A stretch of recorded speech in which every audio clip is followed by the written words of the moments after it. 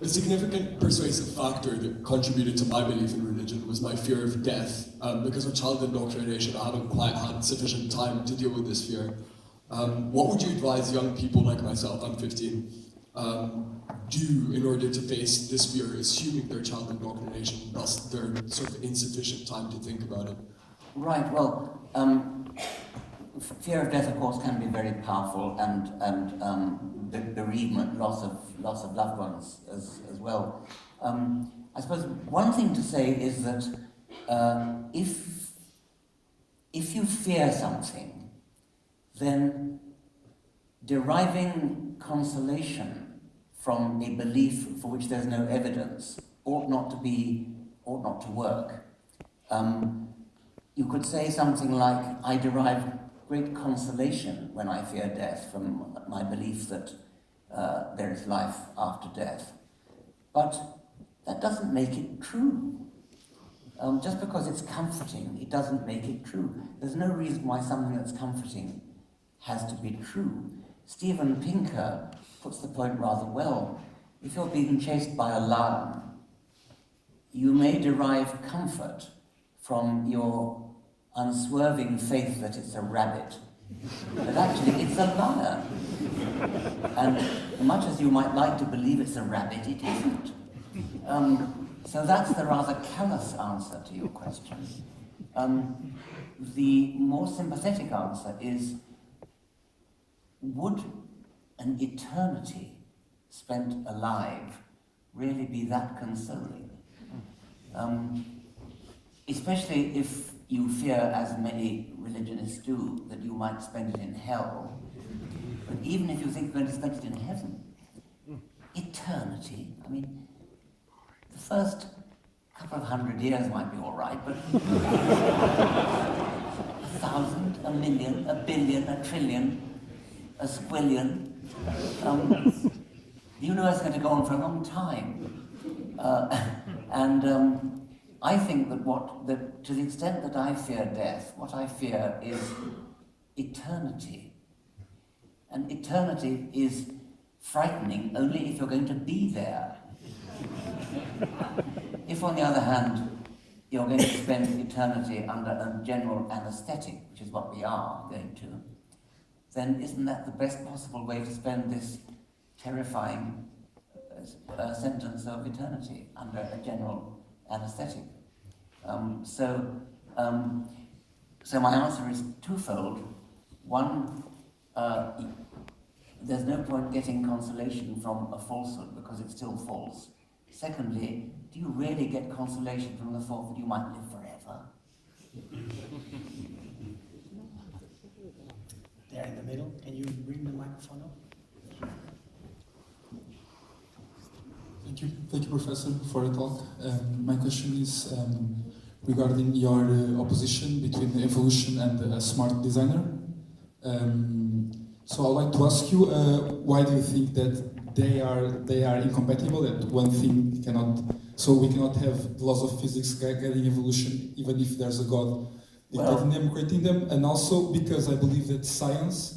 I'm a scientist, but we also need to have faith in science and in the scientific method. So I do believe they are incompatible. Yes, I mean, for them to be compatible, you would have to say something like, evolution happens, and it happens by Darwin's mechanism, but God somehow supervises it, or God somehow helps it over the difficult jumps, or God started the process off and then sat back and watched what happened.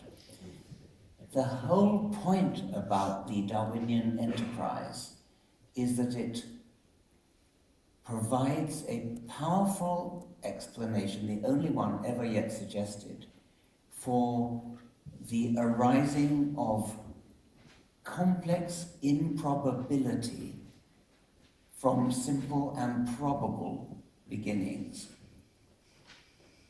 So that's what it does. That's the achievement of Darwin. You start with primeval simplicity, and you build up by gradual, step-by-step degrees to ever-increasing complexity until you reach such prodigies of complexity as the human eye the human heart, etc.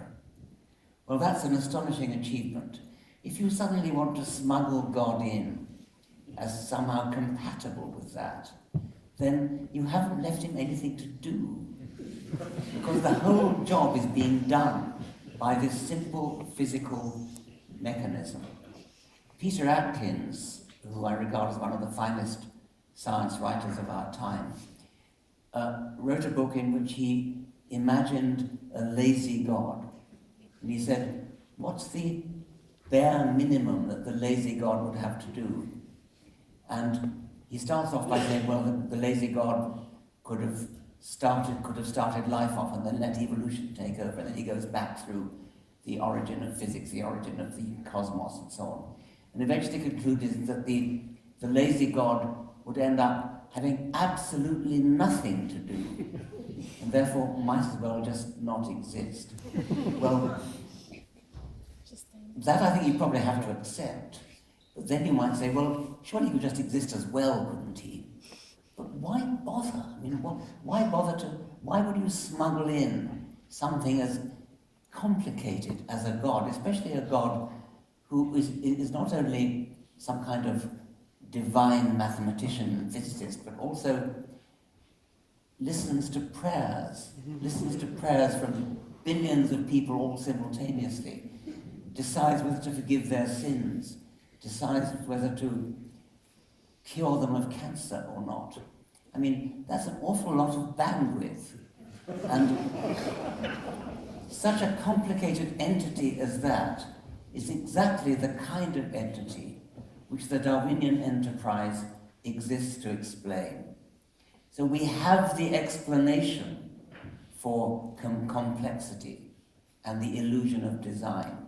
That explanation takes a long time. It starts from simple beginnings, simple meaning easy to explain, simple beginnings, and works up. So if there is complexity in the universe, it comes late, it arrives as a result of this incremental, step-by-step process of one kind or another, something a bit like Darwinism probably. So to smuggle in something equally complicated as the human eye, or more so, because you just want to do it, because you feel it would be nice if it was compatible, that's betraying the entire enterprise, the entire scientific enterprise. That's one of my passions, is that particular point.